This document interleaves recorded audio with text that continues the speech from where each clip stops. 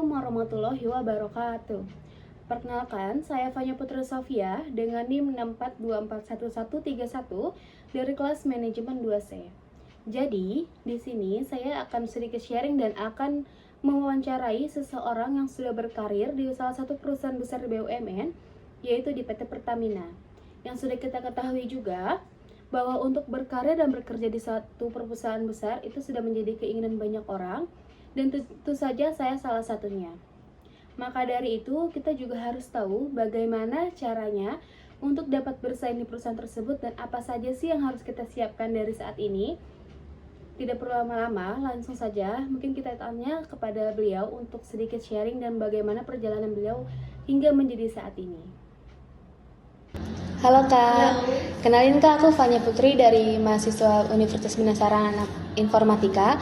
Di sini aku ingin ngajak Kakak untuk sharing aja sih tentang kayak perjalanan karir Kakak di PTC. Oke, aku bisa mulai dari mana nih? Pertanyaan pertamanya? Mungkin kalau boleh tahu PTC sendiri itu apa sih Kak? Oke, PTC itu adalah anak perusahaan Pertamina. Jadi singkatannya PTC itu Pertamina Training and Consulting.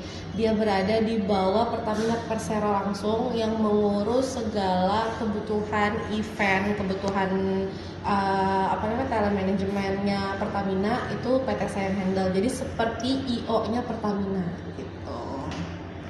Mungkin tuh kalau misalkan aku sebelum lanjut ke yang lebih detail tentang pekerjaan Kakak saat ini, aku boleh tahu nggak tentang kayak latar belakang Kakak sendiri? Oh boleh.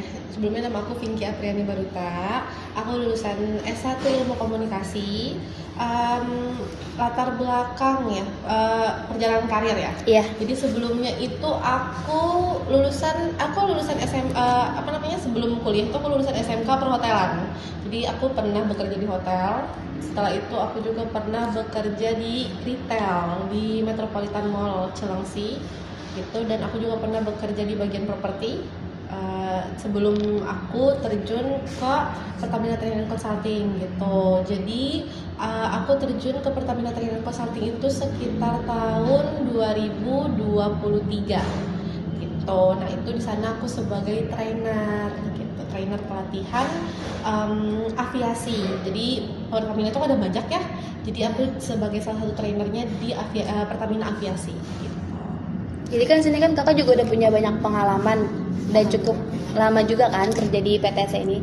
Apa sih kayak yang bikin kayak Kakak tertarik kayak untuk memilih ini jadi pekerjaan Kakak saat ini? Oke. Yang pertama aku merasa aku cocok di bagian ini karena kan sebelumnya aku punya basic di admin kan. Jadi selain jadi trainer itu kan mencakup banyak ya. Jadi selain aku harus handle pelatihan, jadi aku sebagai admin juga di PTC. Jadi aku merasa passion aku di sini dan aku mau selain karena kan aku di bidang perhotelan lumayan lama ya, aku juga bekerja di hotel juga lumayan lama, jadi aku mau cari suasana baru. Jadi aku mencobalah di PTC dan bagian trainer yang menurut aku belum pernah aku kerja sebelumnya, dan aku juga kan nggak ada basic di situ sebelumnya kan, dan juga di situ aku belajar banyak banget karena aku bisa pertama kali jadi MC di PTC di situ. Jadi PTC itu nggak cuma satu pekerjaan gitu ya? Betul. Jadi selagi kita bisa mengembangkan bakat yang kita punya, PTC itu memberikan peluang lah untuk kita yang mau berkembang gitu. Nah situ kan jadi karena banyak banget tugas yang Kakak lakuin, jadi tuh tugas utama itu sebenarnya apa sih Kak? Jadi tugas utama aku sebenarnya trainer, MC. Aku MC di trainer pelatihan. Selain MC itu, jadi setiap pelatihan itu jadi kita in charge itu ada bertiga. Nah di dalam bertiga itu nanti kita rolling aja sih sebenarnya. Cuman job desk utamanya adalah trainer gitu. Jadi trainer itu aku di situ tugasnya adalah memastikan pelatihan atau acara itu berjalan dengan baik dan lancar dan mendapatkan feedback yang bagus. Nah di sini kan Kakak juga kerja sama tim ya Kak, jatuhnya di 3 orang gitu. Betul. Nah gimana cara Kakak kayak misalkan kalau tim itu kan banyak kepala juga banyak pendapat kan ya Kak. Nah itu gimana sih Kak cara kayak biar Kakak nge-handle agar kayak kerja Kakak jadi profesional satu sama lain? Oke, yang pertama sih yang paling penting adalah percaya. Yang kedua itu adalah mau dengerin pendapat tim. gitu. Jadi jangan jadi orang yang mau didengerin pendapatnya sendiri aja seperti itu, karena kan kita ada 3 kepala dalam satu tim itu kan, dalam satu tim dalam setiap pelatihan gitu loh. Jadi kan nggak mungkin kalau misalnya kita cuma mau dengerin pendapat kita aja gitu, karena kan kita bertiga. Jadi menurut aku jangan egois gitu, karena kan ini buat bersama-sama, kita kan bukan bawa nama pribadi, kita bawa nama perusahaan kan. Jadi kita harus mau mendengarkan pendapat tim kita yang lain, dan juga jangan egois, terus juga mau bekerja sama dalam tim gitu sih lebih tepatnya, dan inisiatif sih, karena memang di pelatihan itu kan kita kan nggak bisa yang harus didikte terus-terusan kan. Kita harus inisiatif, misalnya timnya yang satu lagi sibuk ngurusin apa, kita langsung siaga lah untuk membantu pekerjaan yang bukan menjadi job desk kita. Itu kan juga termasuk jadi tantangan atau hambatan kerja ya Kak, karena kayak ada lain kepala atau kayak lain pendapat gitu. Nah, di luar dari tantangan itu ada tantangan apa lagi sih Kak yang Kakak hadapi selama Kakak bekerja di PTS? Paling tantangannya itu harus bisa memahami karakter setiap peserta, karena kan aku handle pelatihan itu kan pesertanya beda-beda ya. Jadi aku harus lebih bisa gimana sih peserta ini gimana sih cara nge-treatnya, peserta ini gimana sih cara nge-treatnya, agar kita juga bisa tahu dan kita bisa dapat feedback yang bagus kan kita nggak bisa lah nge-treat semua orang itu secara sama gitu loh, beda-beda gitu. Jadi kita harus bisa mempelajari sifat-sifat dan karakter peserta-peserta nanti yang akan kita handle gitu sih lebih tepatnya. Nah, Kak, itu kan kayak jatuhnya kan kita banyak berinteraksi sama orang lain ya, Kak. Nah, kalau kayak gitu kayak keterampilan apa sih yang harus ditekuni gitu loh, Kak? Oke, keterampilan yang harus ditekuni itu adalah skill ilmu komunikasi ya, yang terutama komunikasi. Komunikasi itu menurut aku sangat penting sih, karena memang kalau misalnya kita cuman misalnya nih kita lihat peserta kan ada yang bandel lah pada saat pelatihan lah, misalnya dia absennya suka telat dan segala macam. Kalau kita diemin kan itu nggak akan berubah kan, itu nggak akan berubah. Jadi kita harus komunikasikan dengan baik-baik, dengan bahasa yang sopan tentu saja ya kan, karena aku kebetulan handle peserta itu di level manajer. Jadi kan kita harus mentata bahasa kita kan, karena walaupun kita di situ sebagai trainer, kita kan tetap harus menghargai gitu kan gitu. Dan juga sopan santun sih, dan attitude itu penting banget. Jadi untuk keterampilan diutamain komunikasi sama attitude kita ya. Iya betul. Nah, tapi kan kalau misalkan kayak kita terlalu sering berinteraksi sama orang kan juga kadang kita juga yang capek sendiri gitu kan Kak. Ya kan kalau misalkan terlalu kayak kita juga pasti punya mood sendiri. Nah, itu gimana sih Kak cara Kakak buat kayak mengasah keterampilan Kakak untuk kayak mungkin menjaga mood Kakak atau lagi pada saat bekerja? Pasti kan kita juga punya masalah pribadi. Setuju. Dan kita juga harus profesional kan. Kalau misalkan lagi kerja kita juga harus nggak boleh masalah dibawa. Betul. Itu gimana sih Kak cara Kakak biar kayak profesional aja? Pertanyaannya bagus banget ya, karena kebetulan aku perempuan.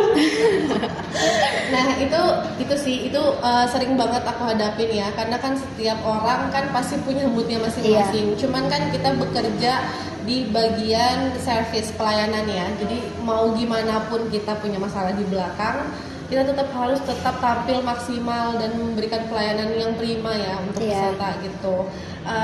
Kalau aku pribadi sih ya,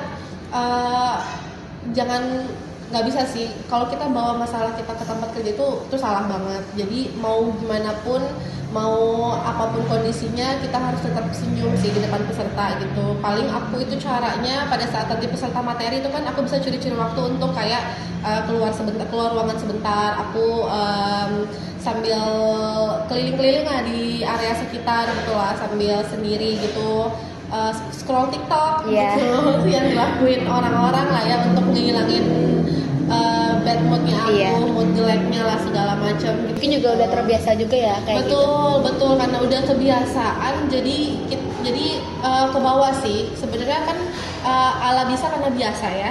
Jadi kita memang harus membiasakan diri se-nggak mood apapun itu, kita lagi ada masalah sebesar apapun, jangan bawa-bawa di tempat kerjaan sih. Itu penting banget yang harus ditanamkan di diri masing-masing gitu. Benar sebentar. Sini kan kakak juga udah cukup lama ya kak untuk kerja yang berinteraksi sama orang. Dari kakak lulus sekolah juga kan udah mulai bekerja gitu. Betul. Jadi aku mau nanya, yang singkat pengalaman apa sih kak kayak yang berkesan banget selama kakak bekerja, baik di yang saat ini atau yang di sebelumnya gitu kak? Oke, pengalaman berkesan itu adalah, oh iya, aku pernah kerja di properti kan, di bagian properti aku di admin tenant relation. Jadi tenant relation itu kan lebih ke mengurus komplainannya konsumen apartemen pada saat itu. Dan itu tuh lumayan, ya menurut aku agak menguras energi ya. Dan waktu itu aku pernah, itu memang konsumennya sedikit emosi ya, mungkin dia kebawa emosi karena komplainannya memang sebenarnya komplainnya sedang kita kerjakan, cuman memang dia belum puas kali apa yang sudah kita berikan gitu. Jadi dia marah-marah, dan itu aku dimarahin di depan umum gitu. Sebenarnya aku agak lumayan kaget sih, karena kan emang sebelumnya nggak pernah kan, dan aku juga bingung nih cara ngadepinnya gimana. Cuman untungnya karena aku lulusan dari perhotelan, dulu sekolah perhotelan, jadi diajarin untuk tetap kalau mau ngadepin komplain senyum aja dulu. Mau apapun kondisinya senyum aja dulu gitu. Jadi memang pada saat itu kita cuma bisa minta maaf, karena memang kita nggak mungkin dong kita bisa balas marah lagi walaupun kita udah kesel banget, padahal itu bukan salah kita gitu kan, karena pada saat itu kita lagi bekerja ya kan. Itu sih, itu berkesan banget sih, dan lumayan aku inget banget sih ya, karena juga cukup bikin malu juga iya, makanya jadi ya udahlah, itu berkesan banget sih menurut aku. Jadi juga termasuk tantangan dalam bekerja. Betul. Nah di sini kan juga bukan cuma kakak yang ingin berkarir di perusahaan-perusahaan gitu kan. Nah aku juga ingin berkarir sama kayak seperti kakak yang mungkin yang bisa menghadapi banyak orang, itu juga bukan termasuk hal yang biasa semua orang bisa lakuin ya kak. Salah satu kelebihan juga kan kita bisa ngadepin banyak orang dengan mood yang berbeda-beda. Nah aku pengen minta kakak saran sedikit aja buat kayak apa sih yang harus kita lakuin ke depannya, mulai dari aku yang mahasiswa ini buat nanti persiapan untuk berkarir di dunia pekerjaan. Sarannya sih paling percaya diri, terus harus punya attitude yang bagus, yang baik, itu penting banget. Kamu dimanapun kamu kerja, attitude itu penting banget. Terus abis itu komunikasi sih, lebih ke aktif, kita harus aktif. Terus kalau punya bakat memang yang menurut kamu bisa lakuin itu, kamu harus mau mengekspresikannya sih menurut aku gitu.